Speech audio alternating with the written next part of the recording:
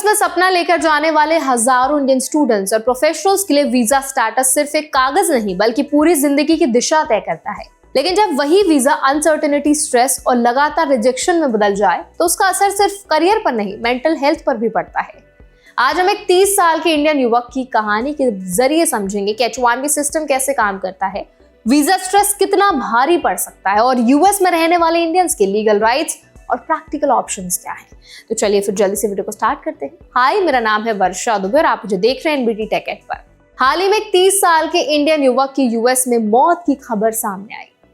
Fundraiser page पर लिखा गया कि वो लंबे समय से स्ट्रेस में थे। बताया गया कि उन्हें कई सालों तक H1B वीजा नहीं मिला और वो 8 साल तक इंडिया अपने घर नहीं जा पाए। वीजा स्टेटस क्लियर ना होने के कारण इंटरनेशनल ट्रैवल रिस्की हो जाता है क्योंकि री एंट्री गारंटी नहीं होती। ये केस सिर्फ एक व्यक्ति की कहानी नहीं बल्कि हजारों इंडियन स्टूडेंट्स और वर्कर्स की रियलिटी को दिखाता है। आप समझते हैं कि H1B सिस्टम में स्ट्रेस क्यों इतना ज्यादा होता है। H1B एक नॉन इमिग्रेंट वर्क वीजा है जो एम्प्लॉयर स्पॉन्सरशिप पर आधारित होता है। हर साल 85,000 नए वीजास की कैप होती है और सिलेक्शन लॉटरी से होता है। इसका मतलब ये है कि एलिजिबल होने के बावजूद सिलेक्शन की गारंटी नहीं होती। अगर किसी स्टूडेंट का F1 वीजा खत्म होने वाला हो और H1B लॉटरी में नाम ना आए तो उसके पास लिमिटेड ऑप्शंस ही बचते हैं। इंडियन स्टूडेंट्स अक्सर F1 वीजा पर पढ़ाई पूरी करने के बाद OPT यानी ऑप्शनल प्रैक्टिकल ट्रेनिंग पर काम करते हैं। स्टेम फील्ड के स्टूडेंट्स को 3 साल तक का OPT एक्सटेंशन मिल सकता है, लेकिन अगर इस दौरान H1B सिलेक्ट नहीं हुआ तो फ्यूचर सर्टेन नहीं रहता है। यही अनसर्टेनिटी स्ट्रेस का कारण बन सकती है। ट्रैवल रेस्ट्रिक्शन भी एक मेजर इशू होता है। अगर आपका H1B अप्रूव नहीं हुआ या स्टेटस ट्रांजिशन पेंडिंग है तो यूएस छोड़कर इंडिया जाना रिस्की हो जाता है। री एंट्री में डिनायल का खतरा भी रहता है, इसीलिए कई लोग सालों तक घर नहीं जा पाते। या इमोशनल प्रेशर बहुत भारी हो सकता है, खासकर जब फैमिली इवेंट्स या इमरजेंसीज हो। अब बात करते हैं लीगल फ्रेमवर्क की। यूएस इमिग्रेशन लॉ के तहत हर वीजा कैटेगरी की स्पेसिफिक कंडीशंस होती हैं।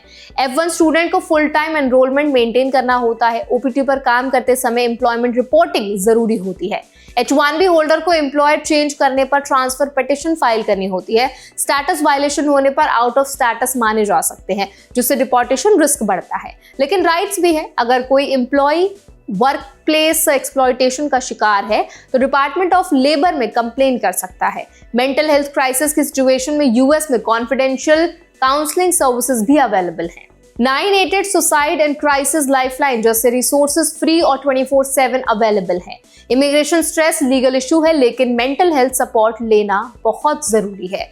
इंडियन कम्युनिटी के लिए अवेयरनेस बहुत इंपॉर्टेंट है। पहला तो वीजा टाइमलाइन को पहले से प्लान करें, लॉटरी पर पूरा फ्यूचर डिपेंड ना रखें। ऑल्टरनेटिव ऑप्शंस जैसे day 1 CPT programs, higher studies या कनाडा और अदर कंट्रीज के पाथवेज भी एक्सप्लोर किए जा सकते हैं। दूसरा, इमिग्रेशन अटॉर्नी से कंसल्ट करना कई बार सिचुएशन क्लियर कर देता है। सोशल मीडिया एडवाइस पर ब्लाइंडली डिपेंड ना करें। तीसरा, एम्प्लॉयर कम्युनिकेशन क्लियर रखें। कई बार company H1B sponsorship policy transparent नहीं बनाती। ऑफर एक्सेप्ट करने से पहले स्पॉन्सरशिप हिस्ट्री और सक्सेस रेट समझना जरूरी है। डॉक्यूमेंटेशन सेफ रखें, जैसे I-20 EAD card, I-797 approval notice और pay stubs. Mental health aspect को इग्नोर नहीं करना चाहिए। इमिग्रेशन प्रोसेस लंबा और अनप्रिडिक्टेबल होता है। फैमिली से दूर रहना, जॉब इनसिक्योरिटी और फाइनेंशियल प्रेशर मिलकर एंजाइटी बढ़ाते हैं। Community groups, temple networks, alumni association support system बन सकते हैं।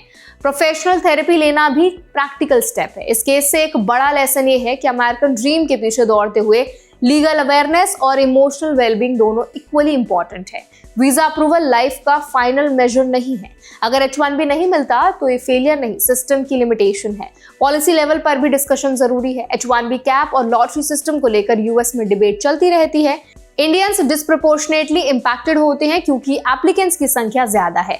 रिफॉर्म की मांग होती रहती है, लेकिन ग्राउंड रियलिटी में फिलहाल लॉटरी सिस्टम ही लागू है।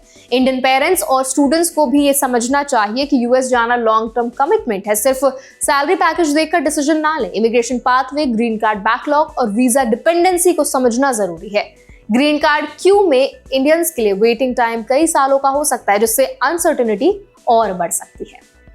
तो आई होप ये वीडियो आपके लिए हेल्पफुल रहा होगा। अगर वीडियो आपको पसंद आए तो उसको लाइक करें, शेयर करें। ऐसे और भी अपडेट्स के लिए हमारे चैनल एनबीटी टेक एड को भी जरूर सब्सक्राइब करें।